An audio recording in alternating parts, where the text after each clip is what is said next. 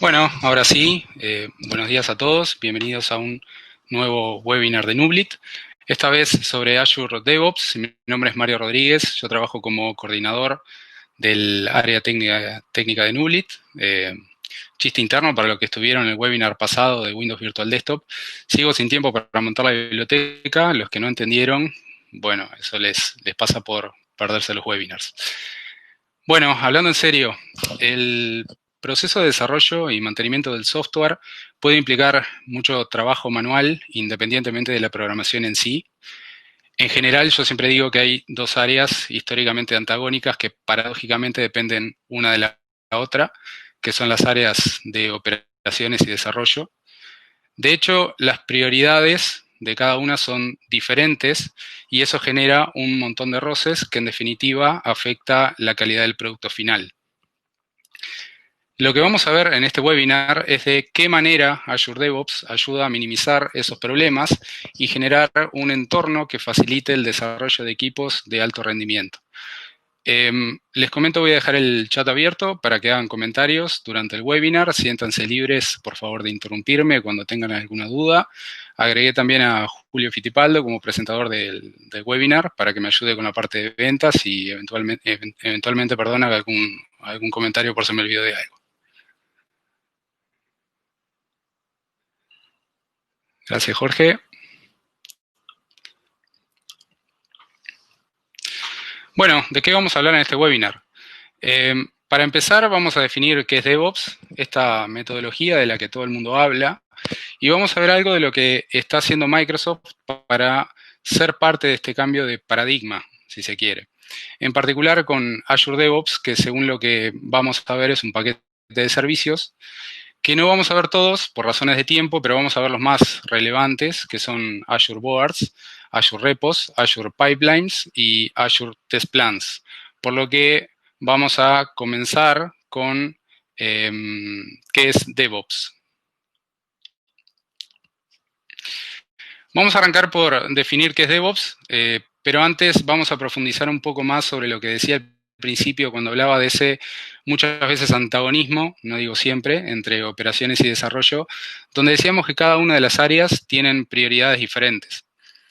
El área de operaciones en general quiere tranquilidad, cero incidentes, evitar trabajos después de hora, no quiere cambios sobre lo que está funcionando bien, el clásico no lo toques y anda, más allá de los parches, mucho menos cambios que no son planificados. Ejemplo, una solicitud clásica de desarrollo, tengo que hacer una puesta en producción hoy a las 10 de la noche porque con la puesta en producción de ayer la aplicación está dando error, ¿sí? Y dado que desarrollo por temas de orden no tiene privilegios para hacer el cambio, entonces le corresponde a operaciones quedarse después de hora, que no siempre puede.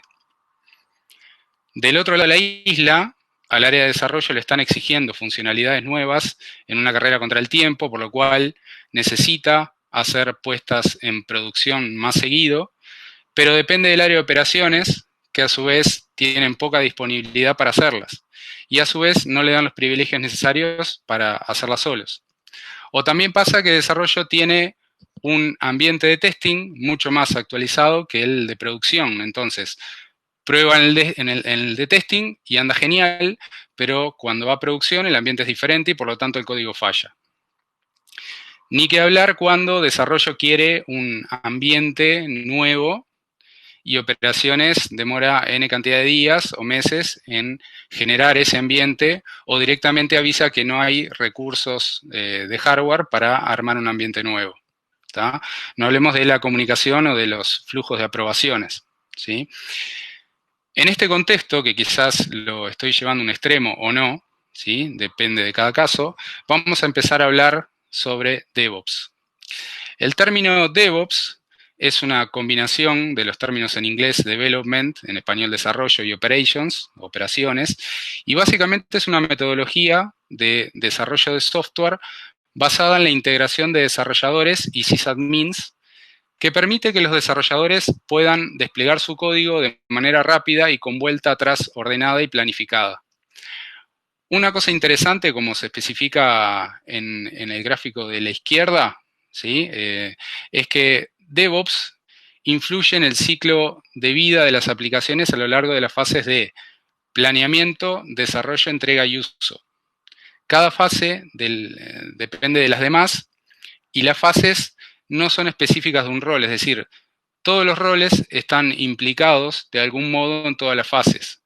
Por ahí hay una definición de un libro de Bas, Weber y Su que dice: DevOps es un conjunto de prácticas destinadas a reducir el tiempo entre el compromiso de un cambio en un sistema y el cambio que se coloca en la producción normal, al tiempo que garantiza una alta calidad.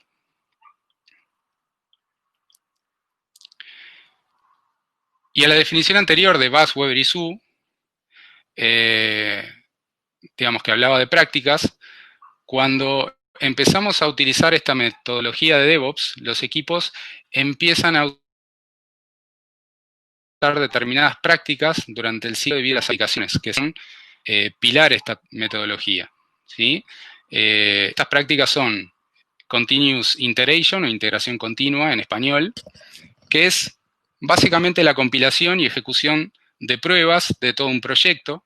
¿Sí? Este proceso de Continuous Integration suele hacerse cada un cierto tiempo, eventualmente cada X horas, en el que se descarga las fuentes desde el control de versionado, que eventualmente puede ser GitLab, GitHub, Bitbucket, Azure DevOps, lo que sea. Se compila, se ejecutan pruebas y eventualmente se generan informes. Otro es Continuous Delivery y Continuous Deployment. ¿Sí? Básicamente la diferencia entre uno y otro es que uno es manual y otro es automático. Continuous Delivery es manual y Continuous Deployment es automático, en la que se implementa una nueva versión de la aplicación en un entorno de producción.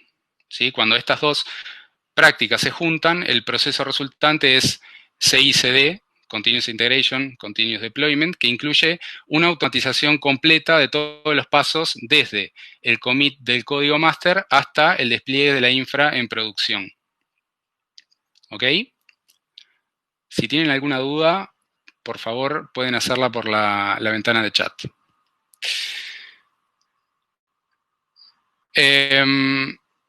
Agile refiere a la metodología Agile, que no voy a entrar en detalles por razones de tiempo, pero creo que en general es bastante conocida.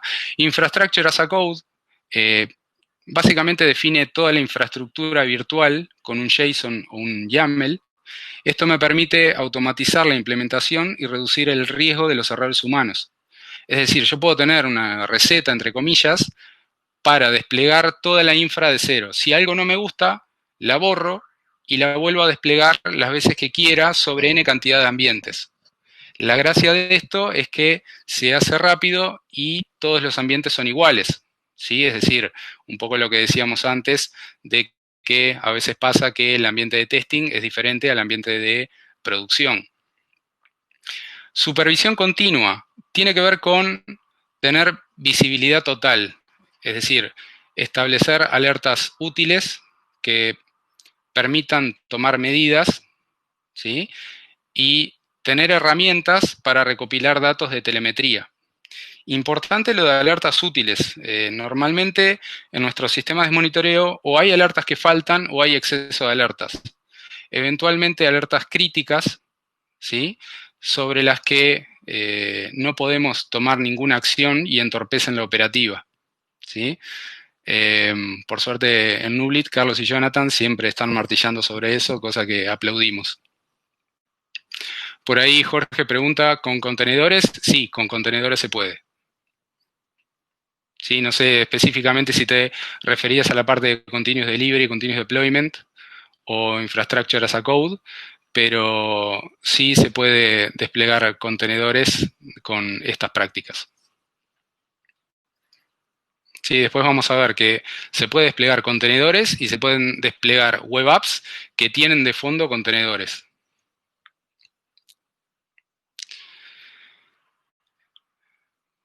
Bien, ahora que tenemos claro qué es DevOps, vamos a ver qué aporta Azure DevOps Y vamos a empezar por una definición. Azure DevOps es un conjunto de servicios que nos ayuda a planificar y hacer un seguimiento del trabajo, a desarrollar colaborativamente, a desplegar entornos de manera rápida y automática y a armar planes de testeos que se integren con lo anterior. ¿Sí? Después vamos a ir desglosando cada uno de los servicios, ¿sí? en esta definición. Para los que conocen, es la que antes era Visual Studio Team Services o BSTS, ¿tá? Y hay dos versiones o sabores, para trabajar en la nube y para trabajar en entornos on-premise. En ese caso se llama Azure DevOps Server, que es el viejo, de vuelta para los que conocen, Visual Studio Team Foundation Server.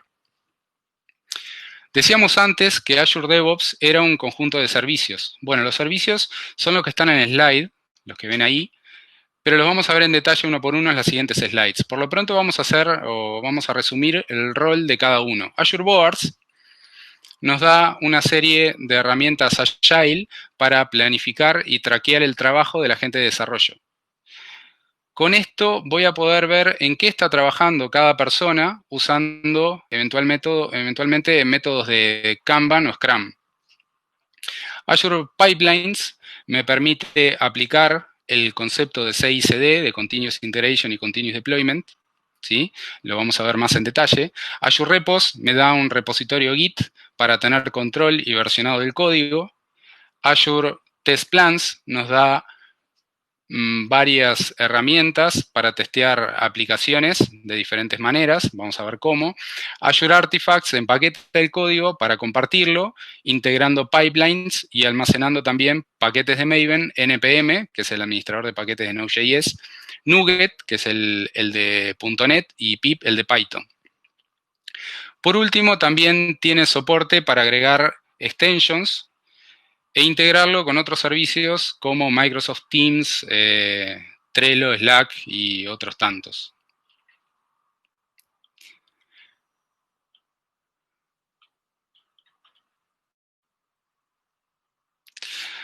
Pasamos a Azure Boards, que es otro de los servicios que maneja Azure DevOps.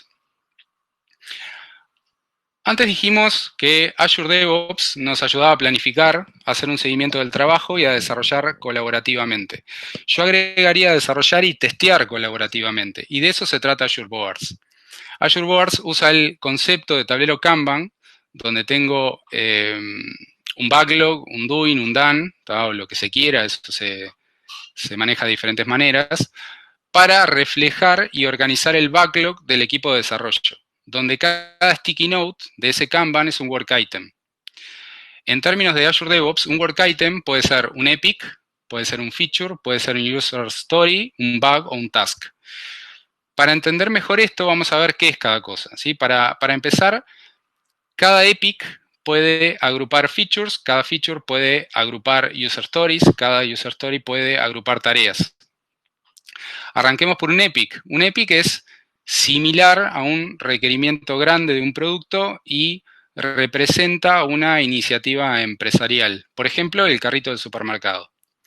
Esto le sirve al product owner, por ejemplo, para dividir el proyecto en partes y medir el progreso de cada parte. Un feature representa un componente entregable de un software, ejemplo, copiar un dashboard o importar datos de un CSV. Un user story es un requisito escrito en una frase utilizando el lenguaje del usuario, ejemplo, como cliente quiero consultar el catálogo para saber el precio de un producto, ¿sí? Esos son los work items que manejamos. Y en definitiva, el tablero Kanban se arma con esos work items que mencionábamos recién. Un tema importante es que los tipos de work items se seleccionan en función de la plantilla de trabajo que usemos, ¿sí? Que puede ser Basic, Agile, Scrum y CMMI, que todas son metodologías de gestión de desarrollo que parten de un epic y después tienen una estructura diferente que es importante conocerla antes porque después no se puede cambiar. ¿Hasta acá alguna duda?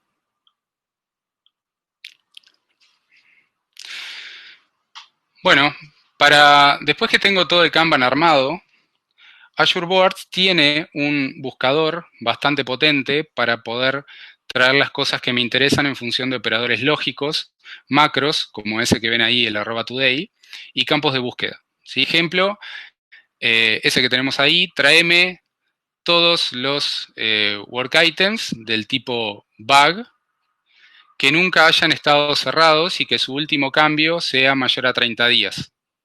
¿Sí? De esta forma se me hace mucho más fácil encontrar información específica dentro de todas las tareas realizadas por el equipo de desarrollo. Y la verdad que es una herramienta que funciona bastante bien y es útil, ¿sí? Cuando se junta toda esa información.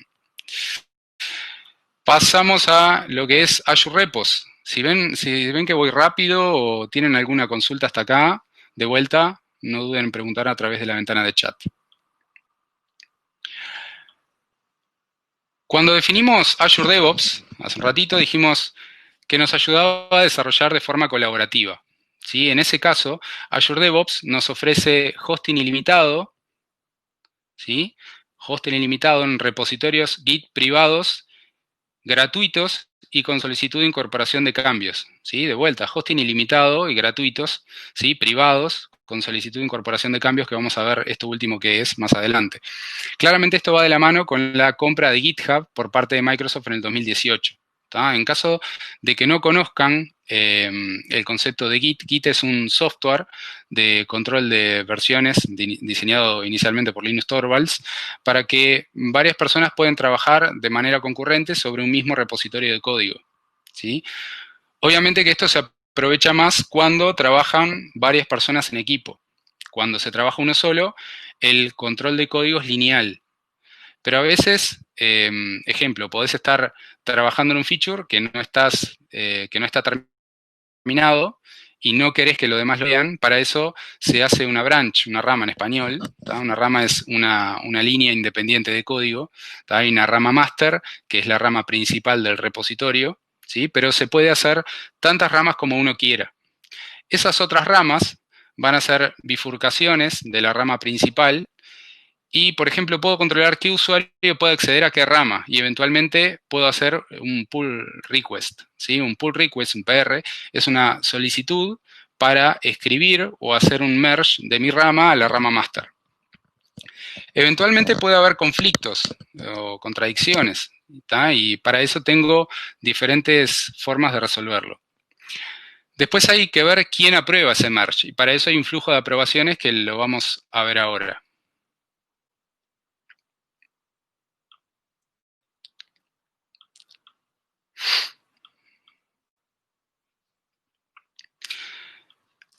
Como decíamos recién, dentro de ese flujo de aprobaciones, yo puedo hacer un pull request de esta manera, por ejemplo. Recordemos que un pull request, de vuelta, es pedirle a alguien que haga el merge de tus cambios a otra rama o a la master. ¿sí? Y en este caso, el que ven enfrente, en este caso le vamos a pedir a este Jamal Hartnett o al equipo Fabric and Fiber que nos apruebe hacer el merge de la rama README Fix a la rama master. Y para eso le voy a tener que especificar qué hace ese cambio, ¿sí? Por temas de orden, de prolijidad. En este caso, le digo que estoy agregando un borrador de un archivo que se llama readme.txt. Y además, le voy a tener que especificar con qué work item está relacionado este cambio. ¿Tá? Recuerdan los work items en el Azure Boards, Epic, Feature and Demise. Esto es para tener un control de cada cambio. ¿sí? Estos usuarios que estoy poniendo ahí, Jamal Hartnett y demás, se definen dentro del proyecto de Azure DevOps, de la organización, y puedo linkearlos con los usuarios de Azure AD, ¿sí? que puede eventualmente estar conectado con usuarios de un Active Directory on-premise. Hasta acá, como venimos, ¿alguna duda? Bien. Adicionalmente, Azure Boards nos da también la opción de establecer determinadas políticas sobre las ramas para que cumpla con determinados estándares que nosotros queremos relacionados con la gestión. ¿sí? Por ejemplo, en este menú, yo puedo especificar la cantidad de reviewers para los PRs, o sea, tener un mínimo de reviewers. Puedo forzar que cada pull request request tenga un link a un work item. Esto es para que quien hace el pull request, tenga un work item asociado sí o sí. Eventualmente, si no lo tiene, va a tener que crearlo. Puedo forzar que cada pull request tenga un comentario, ¿sí? Para saber de qué se trata el cambio. Puedo limitar los tipos de merge, ¿sí? Hay diferentes tipos de merge, squash, rebase, etc. Puedo validar que los builds sean exitosos antes de hacer el merge. Eso tiene que ver con el build validation que ven ahí. Puedo hacer, o mejor dicho, puedo utilizar servicios externos para aprobar PRs o pull requests. Un ejemplo es una herramienta de code quality como Sonar Cloud, que es un servicio de cloud ofrecido por SonarSource y está basado en SonarQube. ¿Sí? SonarQube es una plataforma open source para verificar de manera continua la calidad del código, entre otras cosas, detectar bugs, vulnerabilidades en diferentes lenguajes y más cosas. Puedo forzar también a una persona específica para aprobar todos los PRs, ¿sí? Y esto es algo que está bueno porque me da control sobre la organización, y sobre el repositorio de código, que es en definitiva lo más importante. Vamos a pasar a Azure Pipelines.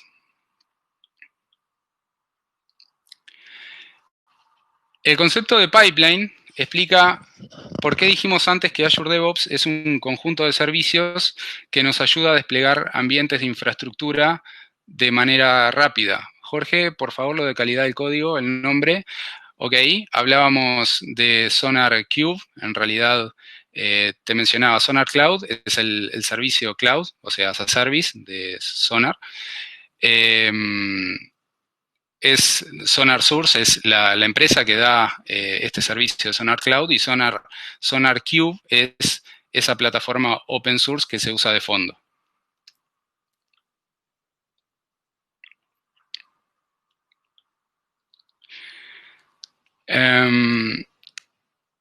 Hablábamos de que Azure DevOps es ese conjunto de servicios, ¿sí? Que despliega ambientes de infraestructura de forma rápida y automática, ¿sí? Esto es algo fundamental.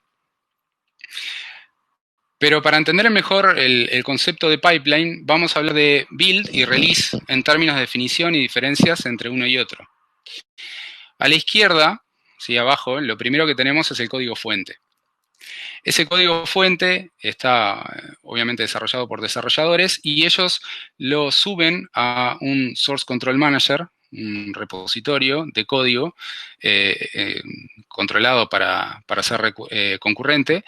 ¿Qué ejemplos pueden ser Git, GitHub, como nombramos antes, Azure Repos o Bitbucket? ¿Sí? Después pasamos al siguiente paso, que es el de build. El proceso de build lo que hace es compilar y empaquetar la aplicación.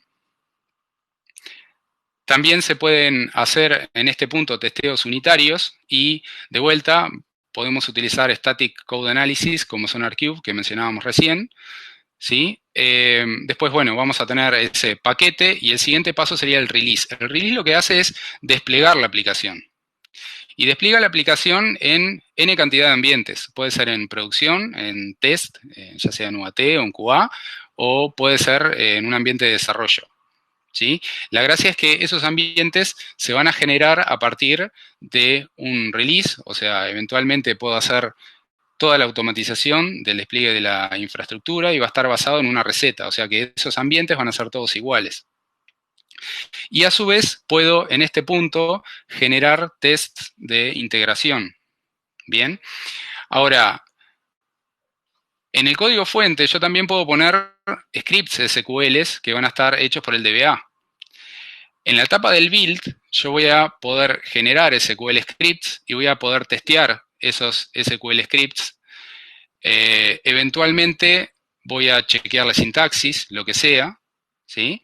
Y en la parte de release voy a poder desplegar esos SQL scripts sobre bases de datos que voy a tener en los diferentes ambientes que yo haya creado, ¿sí? De producción, test, desarrollo, lo que sea. Y además, del lado, en el código fuente, voy a tener también todo lo que hablamos de infrastructure as a code hoy, ¿sí? Que eventualmente se puede utilizar Terraform o se pueden armar de manera nativa templates ARM, ¿sí? Esos templates ARM son archivos de formato JSON en donde está toda esa receta de toda la infraestructura, ¿sí? Que después voy a ir a desplegar. Entonces, en la etapa de Source Control Manager voy a poner todo ese código que despliega la infraestructura, ¿sí? Que no tiene que ver con el código de la aplicación, ¿sí? Es el código relacionado para desplegar de manera automática la infraestructura. En la etapa del build voy a verificar la configuración de la infra, voy a poder verificar diferentes cosas. En la etapa del release voy a desplegar la infraestructura en función de esos archivos JSON, ¿sí? Para que eso se haga de manera automática. ¿Ok? Y va a demorar lo que tenga que demorar, pero en definitiva yo voy a con esto reducir el error humano, ¿sí? Y de vuelta va a estar todo reseteado y, digamos, con recetas me refiero, y va a ser todos los ambientes iguales. ¿Tá? Después, si tengo que desplegar otro ambiente, lo que voy a hacer es modificar el código de ese archivo de Terraform o ese template de ARM. ¿Ok? Bien. ¿Dudas? Bueno, cumpliendo con la gente de marketing, para que no se me enojen, voy a publicar un botón que va a estar en pantalla unos segundos por si quieren contactarnos después del webinar. Ahí fue. Vamos a poner un ejemplo de creación de un build. ¿Okay? Un build, entonces, es un pipeline que parte del código. Lo que vamos a ver son los pasos para crear un pipeline. ¿Sí? Entonces, en el slide vamos a elegir un repo, ¿sí? Podemos elegir un Azure repo que subimos previamente, o un GitHub, o Subversion, o Bitbucket, o otro tipo de Git, como vemos ahí en el gráfico, que puede ser eventualmente TFS o Team Foundation Server. Le vamos a especificar el proyecto del cual estamos hablando, donde va a estar todo el código, el repo, porque puedo tener varios, ¿sí? Y la branch específica. ¿Ok? Esto que ven acá es la interfaz online de Azure DevOps, ¿sí? A la izquierda es el nombre del proyecto, en este caso es Miniboard. Después está Overview, Boards, Repos, Pipelines, Test Plan y Artifacts, que es lo que vamos a ver un poquito más adelante.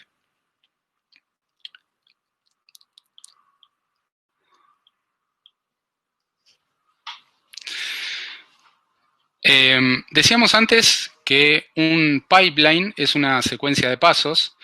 Cada paso es una tarea o un task dentro del pipeline que puede involucrar ejecutar comandos de una terminal, por ejemplo, ejecutar scripts de PowerShell, instalar software como un NuGet o copiar archivos o desplegar una base de datos incluso, entre otras cosas.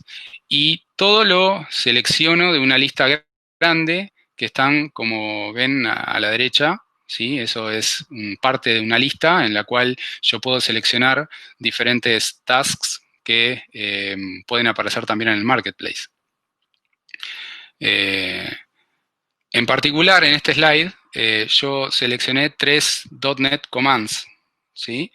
Estos que ven a la izquierda, ¿sí? Que cada uno de esos pasos dentro del pipeline, puse un .NET Restore, ¿tá? Que usa NuGet para restaurar dependencias, así como herramientas específicas que están detalladas en el archivo del proyecto. Por default, la restauración de dependencias y herramientas se ejecutan en paralelo. Después hay un .NET Build que hace el build de un proyecto y todas sus dependencias. Después hay un .NET Publish que empaqueta la aplicación y sus dependencias en una carpeta para que sea desplegado en un host, y después publico el artifact, que es lo que genera el paquete, que en este caso se llama drop. ¿Alguna duda?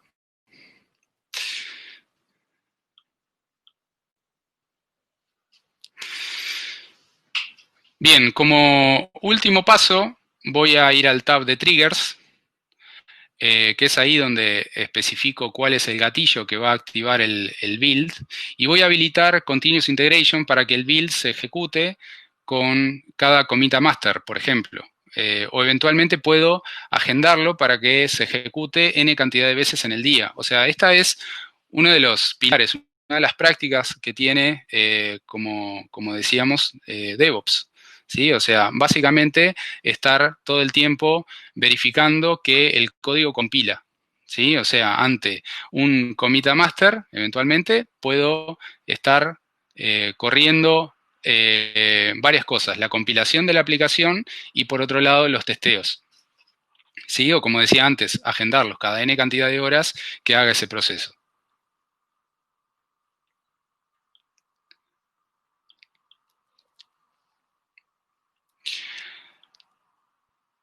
Ahora, hasta ahí era un build. Ahora, ¿qué pasa si genero un pipeline del tipo release? Primero que nada, tengo que especificar una suscripción de Azure y un Resource Group, esa es una bolsa lógica de recursos, ¿sí? Es lo primero que voy a tener que hacer, o sea, ya tengo que tener una suscripción de Azure levantada. Eventualmente ahí voy a poder decirle que haga el deployment, el despliegue del código sobre una web app existente, o puedo generar esas plantillas ARM para generar de cero la web app o lo que sea, o incluso la base de datos, por ejemplo. Después de eso voy a crear un release partiendo de un artifact que supuestamente ya lo generé en el build. Y sobre eso voy a generar n cantidad de escenarios a partir de un artifact. ¿Sí? Un escenario puede ser un ambiente de desarrollo, como decíamos antes, un ambiente de desarrollo, de testing, staging o producción. Esta es la gracia, generar varios escenarios a partir de, en este caso, un artifact.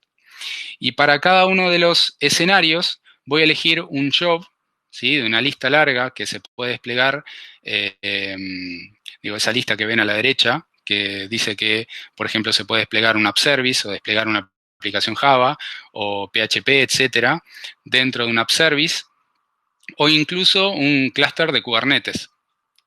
¿Sí? O una function, por ejemplo, un modelo eventualmente de Machine Learning. ¿Sí? Esto es solo una parte de una larga lista de cosas que se pueden desplegar como jobs. Ahora, en este caso, lo que voy a hacer es habilitar Continuous Deployment para que con cada build se genere un nuevo release o eventualmente también lo puede agendar, ¿sí? Así como en un build yo podía a partir del código hacer continuous integration, ¿sí? Y generar toda esa compilación y testeos y demás, yo voy a poder hacer el deployment, ¿sí? Cada vez que se hace un build, ¿sí? O lo puedo agendar en momentos específicos.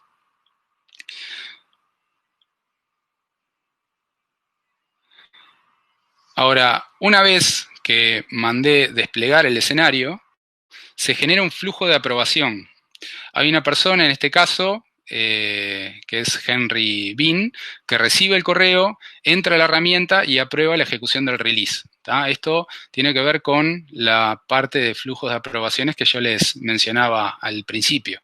¿tá? O sea, para cada uno de estos releases, ¿tá? Que implica cambio en la infraestructura, yo voy a tener que tener la aprobación de alguien. Es decir, el build en sí no tiene efecto, ¿tá? Porque se actúa sobre el código, se compila, se testea, pero el release sí es algo que puedo eventualmente sobreescribir toda la infraestructura. Y donde tenga mal algún template ARM o lo que sea, puedo sobreescribir o borrar algo que no tiene nada que ver con esto.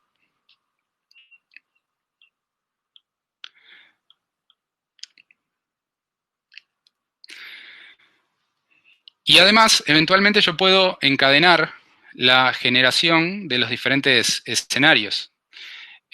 Por ejemplo, después que se generó desarrollo, Jorge, decime.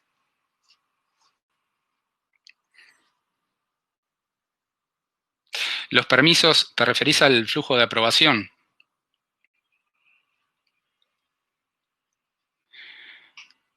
Bueno,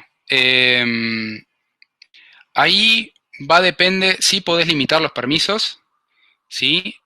Podés limitarlos por resource groups, ¿sí? Yo eventualmente, estos usuarios que mandan un release, puede que no tengan acceso al acceso de owner o contributor al resource group de producción, por ejemplo. ¿Tá? Pueden hacerlo sobre un resource group que contenga ambientes de desarrollo y testeo, pero no puede sobreescribir algo de producción. Es decir, la respuesta sí, se puede limitar los permisos eventualmente por ambiente.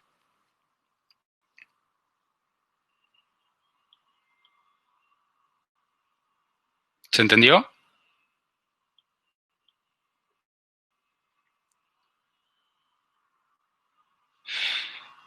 Sí, eventualmente si yo genero ese template ARM, ¿tá? Lo que estoy haciendo es eh, desplegar infraestructura sobre diferentes ambientes. Y sí, eventualmente si yo tengo algo mal hecho, podría sobreescribir algo de producción. Pero si el que me aprueba no tiene permiso sobre producción porque es el owner de esa, claro, eh, porque es el owner de esa. Ok, todo ese flujo lo podés hacer, lo podés armar desde la parte de permisos del, digamos, lo definís a nivel de repositorio y a nivel de eh, Azure. ¿Sí? O sea, a nivel de resource group podés decirle quién tiene permiso y quién no. Incluso dentro de la organización de Azure DevOps podés decir quién puede aprobar, quién puede largar un release y quién no.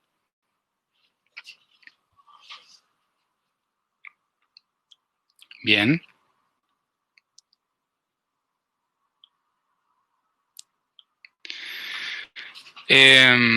Como les decía, eventualmente yo puedo encadenar la generación de diferentes escenarios.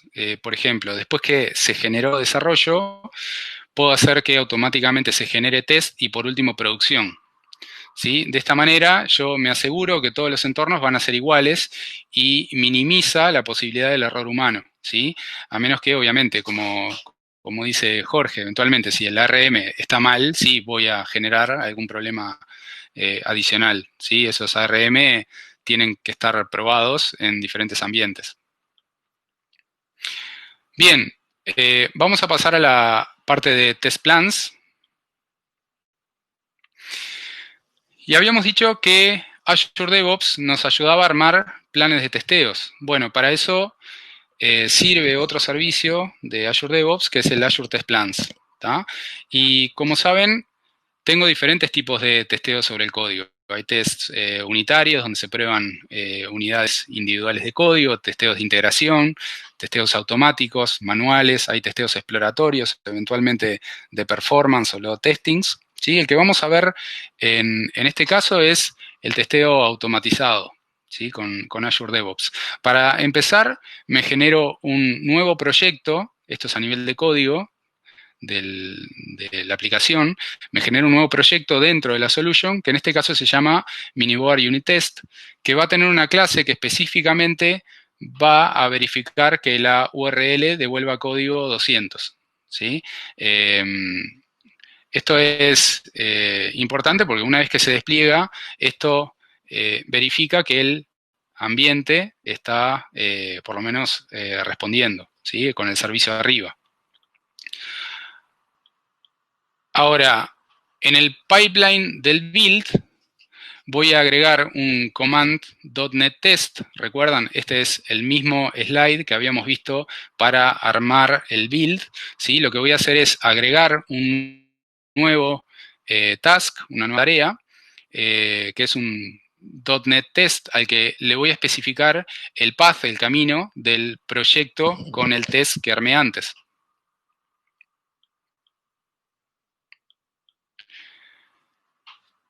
Y en el pipeline voy a agregar una nueva task para que ejecute el testeo después de la tarea de desplegar el app service.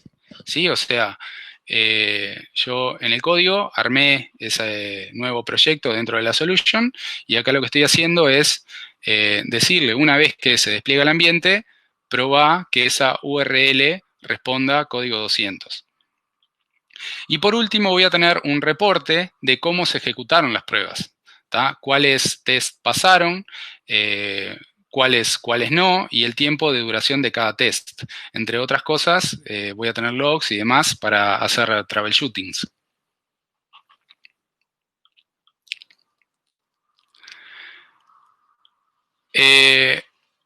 Ok, lo anterior fue un testeo automático.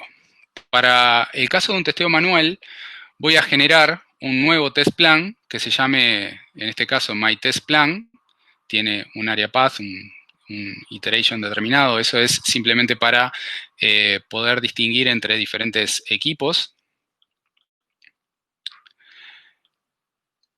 Y empiezo a generar nuevos casos de testeos en el que, por ejemplo, el primer paso es abrir la aplicación de Miniboard y una URL determinada, y el resultado esperado debería ser que se abra un tablero de mensajes. El segundo paso es que voy a abrir la aplicación y voy a escribir mi nombre y un mensaje. En el tercer paso, voy a hacer clic en ese botón Send Message y el resultado esperado es que los campos se vacíen y aparezca un mensaje, ¿sí? Lo que ven a la derecha en la columna de Expected Result. ¿Sí? Eso es lo que va a ejecutar después el encargado de testing. Bien. Entonces, además, voy a poder configurar también el test de configuración para pedirle al encargado de testing que pruebe en diferentes entornos. Por ejemplo, en Windows 8 con Firefox o Windows 10 con Chrome, eventualmente. ¿Sí? O sea, esto es algo que se arma a mano. Es decir, esto lo configura alguien que dice, bueno, la aplicación necesito probarlo en determinados entornos, ¿sí? Para que después el encargado de testing vaya y siga uno por uno los pasos. Y al momento de ejecutar ese test manual, voy a, en este caso, la persona de testing va a correr run for web application, ¿sí? Y se va a desplegar a la izquierda una ventana que funciona con un plugin de Firefox, en este caso, ¿sí? Que va a mostrar los pasos que yo puse antes. ¿Recuerdan lo de navegar a determinada URL? ¿Sí? El resultado esperado. ¿Tá? Para cada uno de los pasos que yo definí, esta persona de testing va a seguir cada uno de los pasos y va a ir anotando si pasó o no pasó. ¿Tá? En este caso, él va siguiendo cada uno de los testeos, ¿tá? Y de vuelta va a decir pasó, no pasó, se pausó, o está bloqueado o no es aplicable. Bien, ahora, todo esto va de la mano con el Azure Boards, ¿sí? Porque yo recuerden que todo esto lo voy a estar traqueando, lo voy a estar siguiendo. Estos tests o estas ejecuciones van a estar linkeados con un work item definido previamente, ¿sí? Y todos estos resultados van a estar linkeados a ese work item y eventualmente se van a generar otros work items, ¿sí? Que pueden ser bugs o lo que sea, para seguir adelante con el desarrollo. Hay otros tipos de test, es un test exploratorio. Primero que nada, el test exploratorio es un tipo de testing de software donde los casos de test no se crean de antemano, sino que los testers chequean el sistema al vuelo, o sea, en el momento. La idea es que puedan anotar ideas en ese momento, generar screenshots y sobre esos hacer comentarios. Depende mucho también de la experiencia de los encargados de testeos. ¿Tá? Lo que primero vamos a hacer en este caso es linkear el testeo con el board correspondiente. ¿Sí? Y obviamente va a tener un work item y demás. Entonces, después el encargado de testing va a hacer sus anotaciones, ¿sí? Va a decir, por ejemplo, creo que esto debería estar en mayúsculas, por decir algo, ¿tá? Y eventualmente el color del botón debería ser otro, o lo que sea, ¿sí? O el tamaño de las letras. Cosas que no fueron previamente armados, los casos de testeo, pero él, digamos, va viendo errores o cosas que deberían hacerse de otra manera.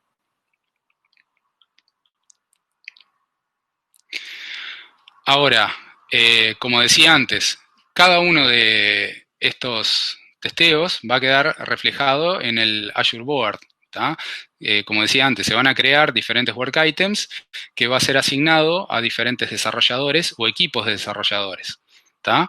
Y todo esto va, digamos, ser visto, va a poder ser explorado por quien corresponda para hacer el seguimiento del proceso, ¿sí? Del proceso de desarrollo.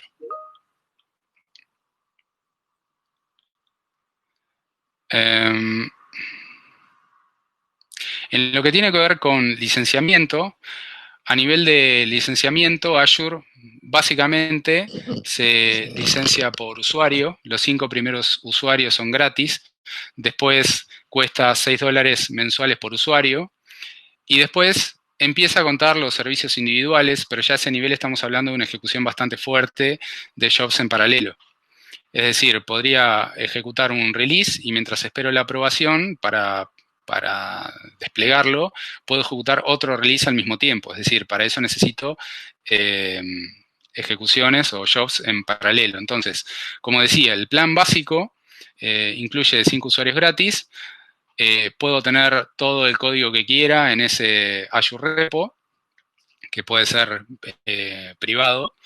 El Azure Artifact voy a tener gratis hasta 2 GB por organización y después voy a poder hacer testeo de carga, ¿tá? Hasta 20.000 booms, que son Virtual User Minutes, ¿tá? Por mes. Después, si yo quiero test plans, me va a costar $52 por usuarios por mes. Obviamente no voy a tener tantos encargados de testing. Por eso es que sale bastante más el costo, pero en definitiva lo importante son los usuarios que pueden trabajar sobre los boards y desplegar builds y releases y demás. ¿Ok? Sin preguntas. Bueno, en resumen, Azure DevOps es un conjunto de servicios que ayudan a generar sinergia entre las áreas de desarrollo y operaciones para entregar de manera ágil, con una operativa más eficiente, un producto de mayor calidad y ahora más que nunca donde todos los que nos dedicamos a esto estamos trabajando remoto y la comunicación no es tan fluida como antes. Digamos, ahora es cuando mejor se aprovechan este tipo de herramientas. Hasta acá es lo que queríamos presentarles, esperamos que les haya aportado valor. Con este webinar cerramos el ciclo de este mes, eventualmente vamos a armar otros. Si es así, los vamos a notificar. Dejo un espacio abierto para consultas que voy a responder con muchísimo gusto a través de la ventana de chat.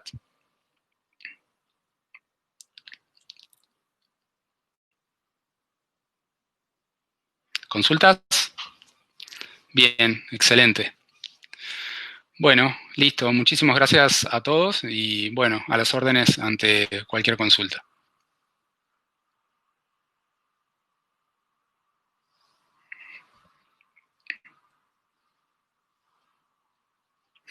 Manuel, puedo compartir la presentación, por supuesto, y hay un montón de información en la documentación de la página de Microsoft. Cualquier cosa, pregúntame.